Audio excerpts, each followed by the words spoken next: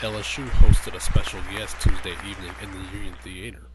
Eric Alva, a retired Marine Corps Staff Sergeant and Purple Heart recipient, spoke to the LSU community about his efforts to repeal the military's Don't Ask, Don't Tell policy. The event is one of several events that form Civility Week at LSU. 89 of high school, of course, went off to college for a couple of semesters while I worked on my process and getting into the military. And it'll give you also an interesting, humorous laugh. The reason I'm not behind the podium, and especially joining the United States Marine Corps, is because, and why it took me a little while, because at 5'1", people tend to think like, we don't even think you're tall enough. And in reality, I was, but they gave me, a little hardship. And so the podium and I are just not really good friends when I talk to audiences.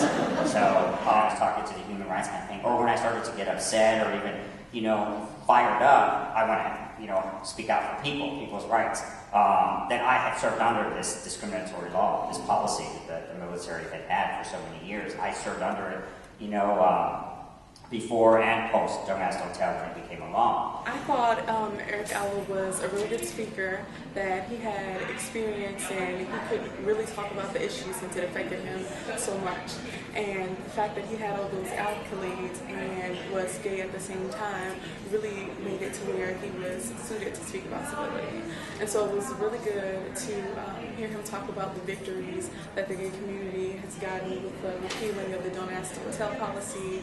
And it was really refreshing because he was a good speaker, it was entertaining, and it was hopeful for the future.